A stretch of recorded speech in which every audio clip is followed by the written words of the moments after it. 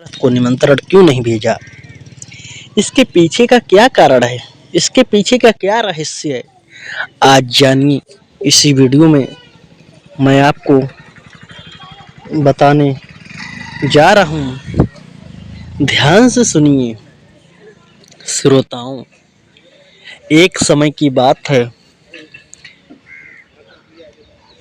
जनकपुर में राजा जनक का एक बहुत ही सुंदर बगीचा था। जो राजाओं के फूल बाग हुआ करते थे, वो बगीचा बहुत ही सुंदर था। कुछ कारणवश वो बगीचा सूख गया था। उसमें हरे भरे पेड़ सूख चुके थे, उजड़ गया था। राजा बहुत परेशान हुए कि अब ये कैसे सही होगा, ये कैसे सही होगा। श्रोताओं, मेरे प्यारे दर्शक, राजा जनक ने विचार किया, मंत्रणा की और ऋषि मुनियों विद्वानों ज्योतिषियों को बुलाया। ज्योतिषियों से कहा कि आप लोग अपनी ज्योतिष विद्या से देखिए कि ये बाग क्यों सूख गया है, ये फिर से हरा भरा कैसे होगा। श्रोताओं, ये बात सुनकर ज्योतिषियों ने जवाब दिया, कहा कि यह जब ही बगीचा हरा भरा हो सकता है जो पतिव्रता स्त्री हो, कच्चे सूत के धागे से कुआं से घड़ा भरकर पानी निकालकर और इस बगीचे में छिड़क दे, तब ये फिर से हरा भरा हो जाएगा। ये सुनकर राजा जनक ने कहा, ये मैं ऐसी स्त्री, ऐसी महिला कहाँ से लाऊंगा जिससे मेरा बगीचा हरा भरा हो जाए। विचार किया,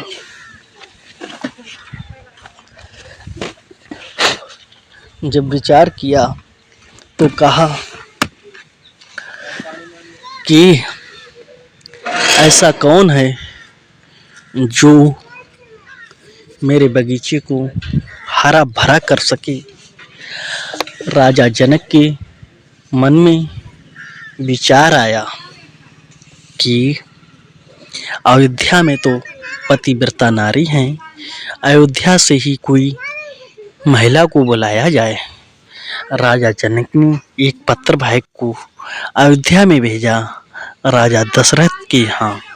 कहा, आपके यहाँ पतिव्रता स्त्री हैं, आप अपनी रानी को भेज दीजिए जिससे मैं अपने बगीचे को हरा भरा कर दूँ। सारा पत्र में लिख दिया और वो पत्र अयोध्या के लिए एक पत्र वाहक के माध्यम से भेज दिया। जब वो पत्र वाहक उस पत्र को लेकर अयोध्या में पहुंचा, अयोध्या में दोस्तों पत्र पढ़कर विचार आया कि कौशल्या को भेजना चाहिए। कौशल्या सुबह तैयारी कर रही थी, तभी उस समय कमाने वाली आती थी घर पर। जो बाल मिल्क लोग होते थे, वो लोग पहले शौचालय नहीं थे तो पाखाना कमाने आते थे। तो वो पहुंची सुबह को, कहा, रानी आज कहाँ जा रही हो आप? तब रानी ने कहा, मैं जनकपुर में राजा जनक के यहाँ जा रही हूँ। उनका बगीचा सूख गया है, उसे हरा भरा करूँगी। कि सूत के धागे से पानी भरना है, वो छिड़कना है। तभी वो कमाने वाली बोली, रानी आपको ये छोटे मोटे काम के लिए आपको जाना क्यों पड़ रहा है? हम किस लिए हैं? आपके होते हुए आप कुछ, मेरे होते हुए आपको जाना पड़ेगा, तो आप जा सकती हो। उसने कहा, ठीक है भाई। वो कमाने वाली के लिए एक रथ सजाया गया, रथ के अंदर वो बैठ गई और चल दिया। कमाने वाली वाल्मीकि जब वो वहाँ पहुँची जनकपुर में, उसका सादर स्वागत किया गया। उसका आरती उतारी गई उसकी, तब उसका इतना सत्कार किया गया। उसने कहा मैं रानी नहीं हूँ, मैं तो उनकी दासी हूँ। ये सुनकर सभी लोग चौंक गए कि रानी क्यों नहीं आई, ये दासी आ गई। तब दासी से पूछा क्या तुम ये काम कर सकती हो? तो दासी ने कहा मैं कोशिश करूंगी, क्योंकि उस समय सभी लोग पतिव्रता थे। तभी जनक जी ने कहा ठीक है आप कर सकती हो। कि इसलिए कौशल्या रानी ने उस दासी को भेजा। वो दासी थी, उसने कच्चे सूत के धागे से मटका बांधा और कुएं से जल निकाल कर छिड़क दिया। बगीचा हरा भरा हो गया। ये सब देखकर सभी लोग चकित हो गए दोस्तों कि उन्होंने कौशल्या ने अपनी दासी भेज दी तो ये बगीचा हरा भरा हो गया। और आगे कहाँ से क्या नहीं कर सकते हैं, क्योंकि सभी लोग अयोध्या में पतिव्रता हैं, नारी हैं, महिलाएं हैं। यही कारण था कि राजा जनक ने सीता का स्वयंवर रचा था। तो राजा जनक ने इसीलिए अयोध्या में निमंत्रण नहीं दिया, कहीं ऐसा ना हो कि राजा दशरथ किसी अन्य व्यक्ति को भी ना भेज दें, किसी नौकर को ना भेज दें। अब वो जब वहाँ की महिलाएं इतनी तेज हैं तो वहाँ के पुरुष कितने विद्वान होंगे, कितने शक्तिशाली होंगे।